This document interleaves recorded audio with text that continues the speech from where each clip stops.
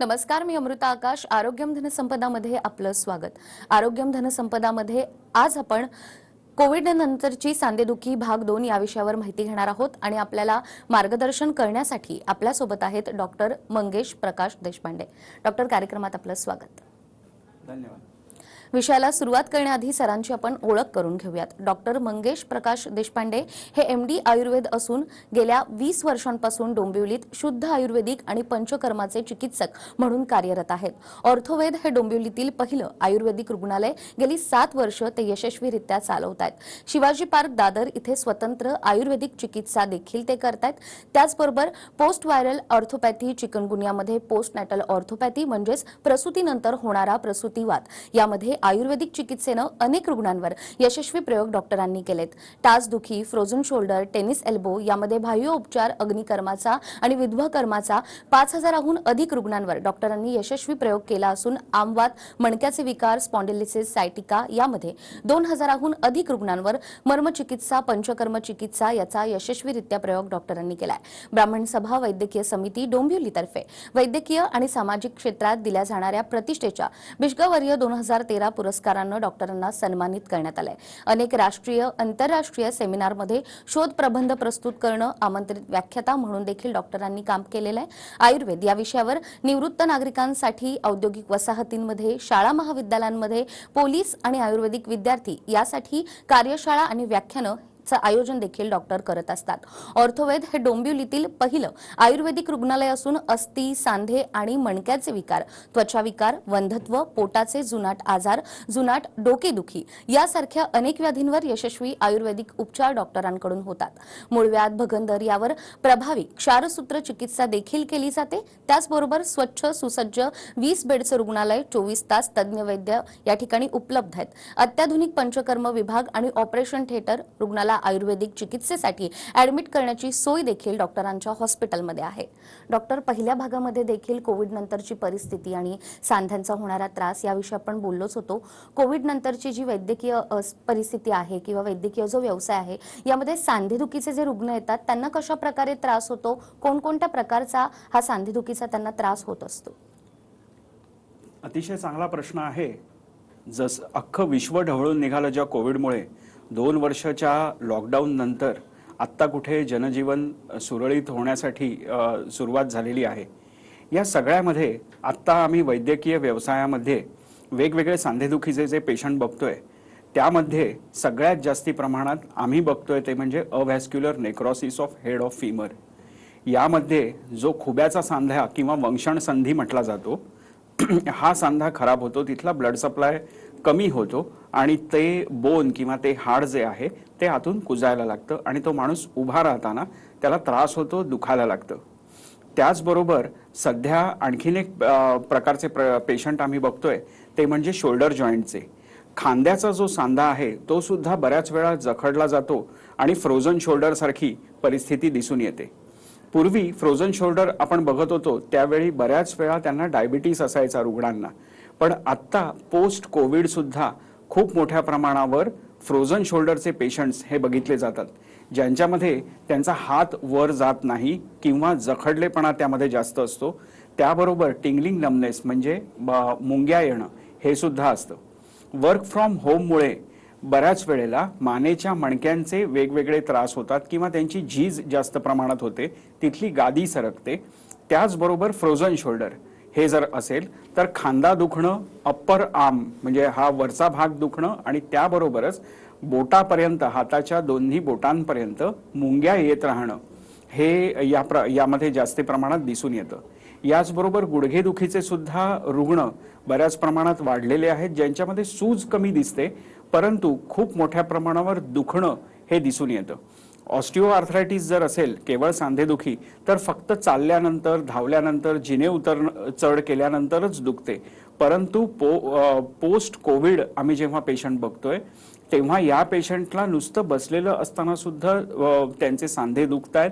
विशेषतः नी जॉईंट म्हणजे जो वेट बेअरिंग जॉईंट आहे, ज्याच्यामध्ये वजन पडल्यावरच तो दुखू शकतो, हा सांधा नुसतं बसलेलं असताना सुद्धा, त्यावर ताण नसताना सुद्धा दुखताना दिसून येत आहे.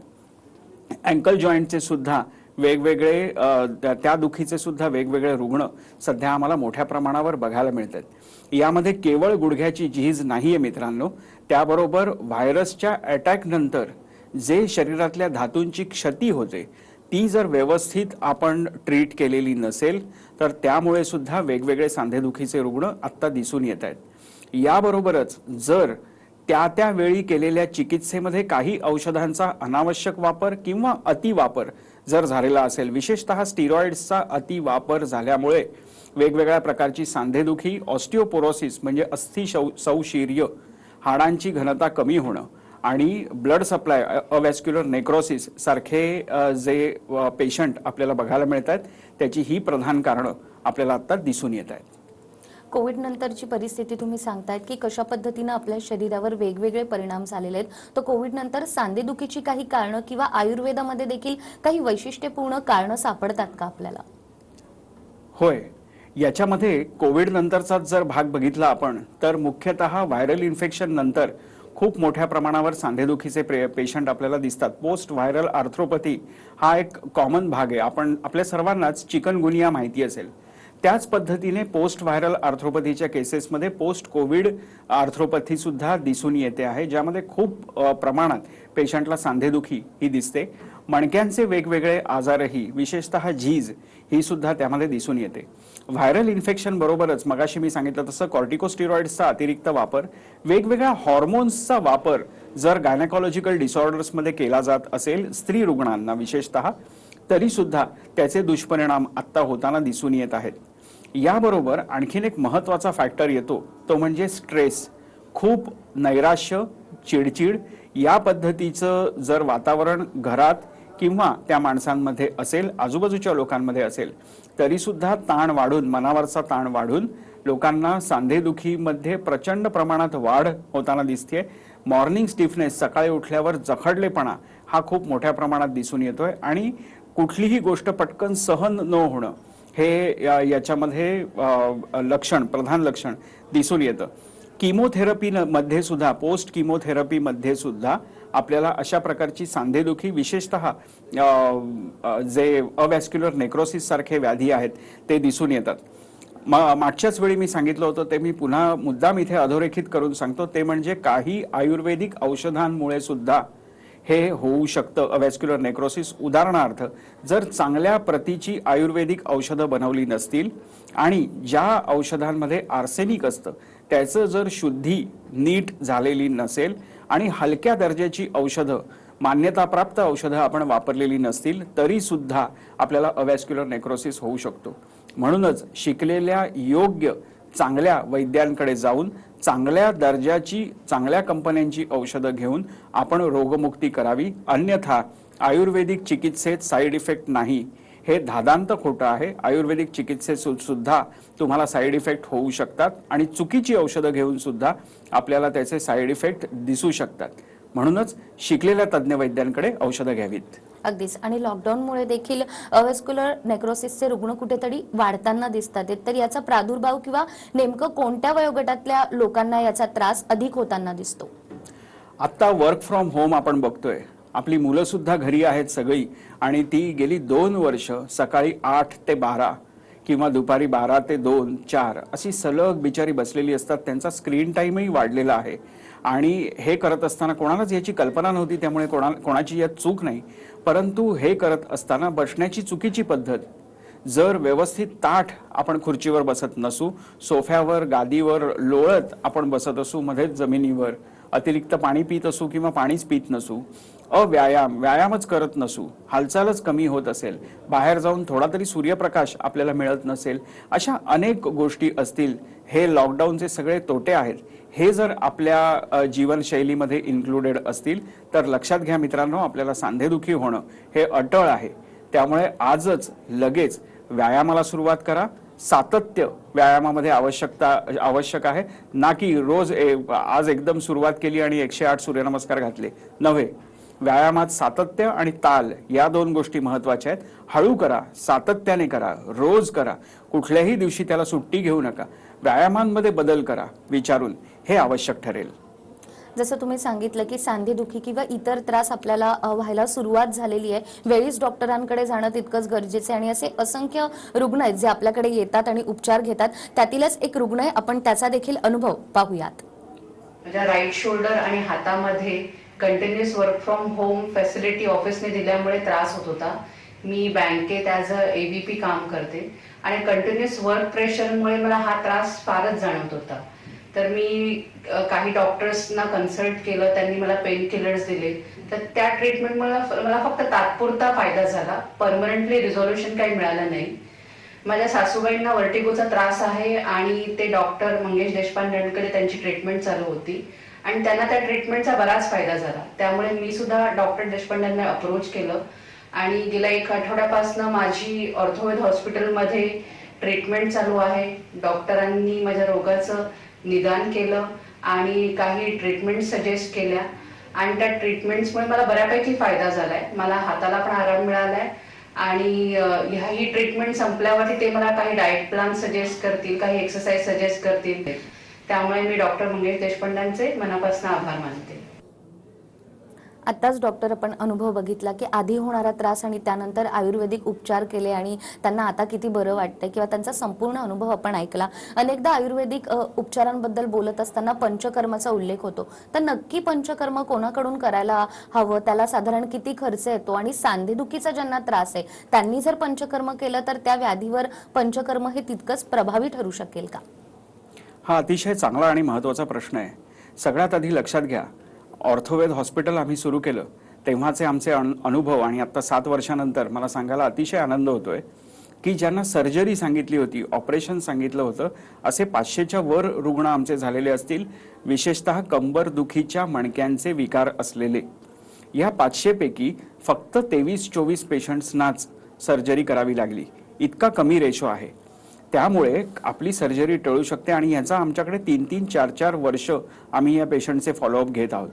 त्यामुळे अशा पद्धतीनं आपण जर व्यवस्थित आयुर्वेदिक शास्त्रोक्त पंचकर्म चिकित्सा शिकलेल्या तज्ज्ञ वैद्यांकडून घेतली तर निश्चित त्याचा फायदा होऊ शकतो. वमन, विरेचन, नस्य, बस्ती, रक्तमोक्षण हे आता आपले परवलीचे शब्द आहेत, आपल्या सगळ्यांनाच माहिती आहेत.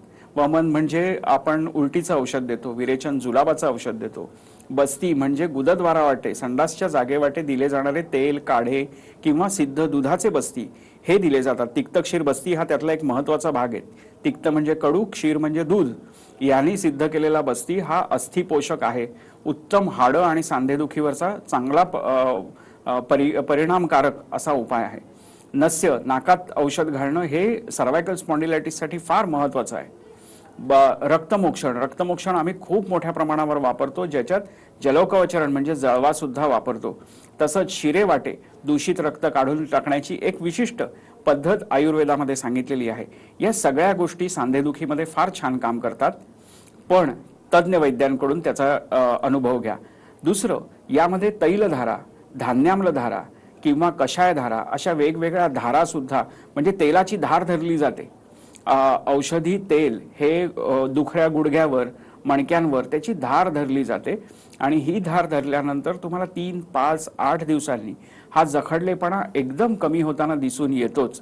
त्याच्यातला थकवा निघून जातो. आजूबाजूचे जे मसल्स असतात किंवा टेंडन्स असतात यांना शक्ती मिळते. पॅरास्पायनल मसल्स जे असतात मणक्यांच्या भोवती त्याला शक्ती येते, दृढता येते, त्याच्यामधली वृक्षता कमी होते आणि पेशंटला फायदा व्हायला लागतो. त्याचं पेन हा फॅक्टर कमी होतो. आपल्याला असं वाटेल की हे तात्पुरता उपाय आहेत का, पण नव्हे. हे केल्यानंतर 3 ते 7 वर्षापर्यंतचा आमचा अनुभव असा आहे की रुग्णांना पुन्हा कंबरदुखी होत नाही. परत मी एक गोष्ट सांगू इच्छितो की तुम्ही सर्दीचं औषध घेतलं पण नंतर परत पावसात भिजलं तर सर्दी होऊ शकते. त्याचप्रमाणे हाडं, सांधे, मणक्यांच्या विकारांमध्ये पण असतं. त्यामुळे सातत्याने तुम्हाला त्याच्याबद्दल व्यायाम करणं, पथ्य पालन करणं आणि औषधी उपचार हे वेळोवेळी तज्ज्ञ वैद्यांच्या मदतीने घेणं हे गरजेचंही असतं. त्यामुळे तो एक भाग महत्त्वाचा आहे. अग्निकर्म, विद्धकर्म यासारख्या कर्मांनी ताबडतोब पेन रिलीफ होतं. आयुर्वेदामध्ये खरंच पेन किलर आहेत का? होय. लंगडत येणारा पेशंट सुद्धा व्यवस्थित चालत आमच्या रुग्णालयामधून लगेचच गेलेला आहे. 10 आणि 15 मिनिटात सुद्धा पेन फॅक्टर कमी होताना दिसतो. याचबरोबर उपनाह स्वेद, लेप, वेगवेगळे लेप आहेत, परिषेक म्हणजे वेगवेगळ्या धारा या धरल्या जातात दुखऱ्या सांध्यांवर आणि त्याचा सुद्धा अतिशय चांगला फायदा हा दिसून येतो. परंतु आयुर्वेदिक चिकित्सा ही अवस्थानुरूप, व्याधीच्या अवस्थानुरूप करायची चिकित्सा आहे आणि ही एक स्पेशालिटी प्रॅक्टिस आहे. त्यामुळे याचा अनुभव असलेल्या वैद्यांकडूनच जा. आता तर असं झालंय की केवळ फक्त त्याची डिग्री आहे म्हणून पण नव्हे, तर त्याच्यावर रेग्युलर जो माणूस शुद्ध आयुर्वेदिक चिकित्सा करतो त्यांच्याकडे जा आणि त्याच्याकडून तुम्ही चिकित्सा करण्याचा प्रयत्न करा. चांगला सेटअप असेल तर त्याचा फायदा आणखीन होतो. जसं डॉक्टर तुम्ही नेहमीच सांगतात की आयुर्वेदिक उपचार किती प्रभावी आहेत आणि वेळोवेळी आपण त्याचा अनुभव देखील पाहिलाय. मात्र ही सूचना देखील तुम्ही नेहमी प्रेक्षकांना देत असतात की तज्ज्ञ डॉक्टरांकडे जा आणि कशा पद्धतीने आयुर्वेदिक उपचार होत आहेत हे तुम्ही लक्षात घ्या. यासाठी स्क्रीनवर तुम्हाला डॉक्टरांचा नंबर दिसतोय. तुम्हाला सांधेदुखी किंवा इतरही जुनाट कोणतेही आजार असतील तर नक्कीच तुम्ही डॉक्टरांचं मार्गदर्शन घेऊ शकता. यासाठी स्क्रीनवर डॉक्टरांचा नंबर आहे, तुम्ही थेट डॉक्टरांशी संपर्क देखील करू शकता. या विषयासंदर्भात आपण डॉक्टरांकडून आणखीनही माहिती घेणार आहोत एका छोट्याशा ब्रेकनंतर. ब्रेकनंतर पुन्हा एकदा आरोग्यम धनसंपदामध्ये आपलं स्वागत. आरोग्यम धनसंपदामध्ये आज आपल्याला मंगेश देशपांडे मार्गदर्शन करतात. डॉक्टर, ब्रेकवर जाण्यापूर्वी जसं तुम्ही सांगितलं की आयुर्वेदिक उपचार करताना आपण कोणाकडे जातो आणि काय उपचार घेतो हे देखील पाहायला हवं. मात्र या सगळ्यात तुम्हाला अगदी अनोखी कल्पना सुचली आहे, ती म्हणजे आयुर्वेदिक रुग्णालय हे फारसं ऐकिवात नाहीये. मात्र आपलं हॉस्पिटल देखील आहे आणि अनेक रुग्ण महाराष्ट्रातून आपल्याकडे येत असतात उपचारांसाठी. तर समाजातून नेमका आपल्या या हॉस्पिटलला कसा प्रतिसाद मिळालाय?